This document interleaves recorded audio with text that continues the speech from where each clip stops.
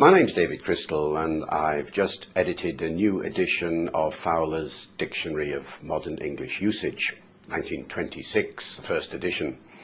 And Fowler, everybody knows the name Fowler. There are few people in the 20th century who have written on language whose names has actually got into the dictionary. We talk about, I've got my Fowler downstairs. I'm looking it up in Fowler. Nobody ever says, I'm looking it up in the dictionary of modern. We don't talk like that. And people talk about Fowlerian and Fowleresque and all sorts of other adjectives have come into the language. Nobody else in the 20th century has produced so many nouns and so many adjectives as Henry Watson Fowler did. He's had more influence, I think, on 20th century attitudes to language than anybody else. He's had a few updatings and a few revisions. This is the thing. There have been new editions of Fowler since 1926. But what happens with these new editions is that the new editor interposes himself between now and then. You don't see Fowler so clearly. You see the new editor. And as a result, a lot of people have felt that the original ideas and personality and humour and scholarship and industry of Fowler has somehow been lost because of these revisions. Now, what's happening with this new edition is that you don't see me, you don't see David Crystal in there in front of Fowler. You see Fowler at the front, letting the man talk as he's supposed to be, with me behind the scenes. Yes, the language has moved on since those days. We're nearly 100 years after Fowler collected his work, after all. So there has to be notes. Notes about how the language has changed, notes about ways in which Fowler's predictions were sometimes right and sometimes wrong. But those notes are all at the back of the book. The central part of the book is Fowler's original edition, unchanged, just as it was in 1926. And it's an absolutely fascinating read.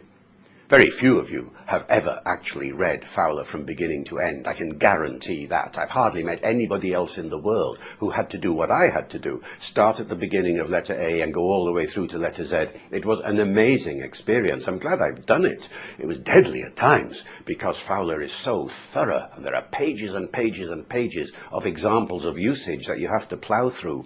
But what comes through more than anything else is this extraordinary blend of personality and industry. He wrote at a time when language was at a turning point. The 19th century was a century of prescriptivism, people laying down rules about how we ought to speak and how we ought to write. The 20th century was beginning to be a century of descriptivism, with people saying, well, hang on a minute, let's have a look at how the majority of people actually do speak and write. So there was this tension in Fowler. And one of the things I had to do, obviously, was write a new introduction to the book to try and evaluate Fowler from the point of view of 100 years on.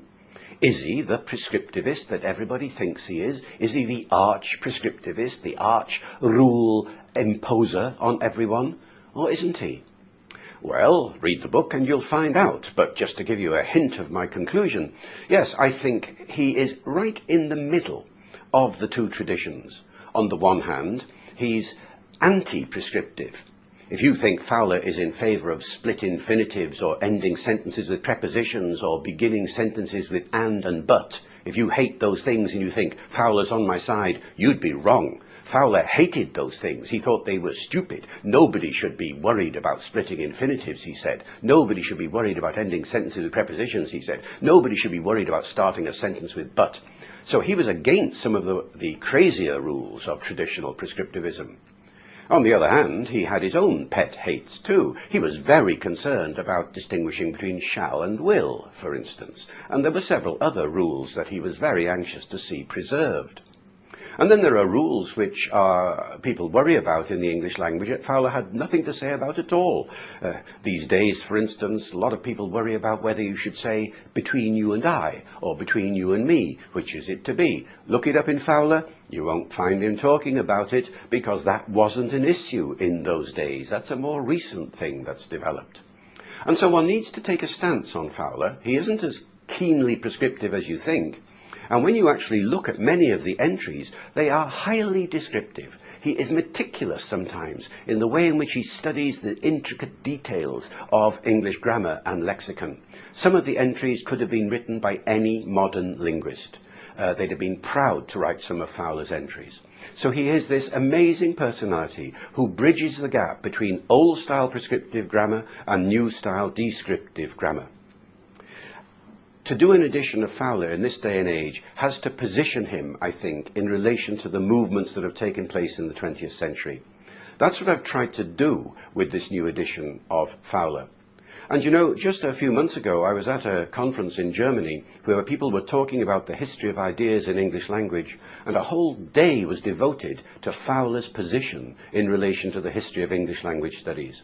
It seems that he's having a bit of a renaissance in the scholarly world as well as in the popular world. And I hope this new edition will help to give Fowler that new lease of life.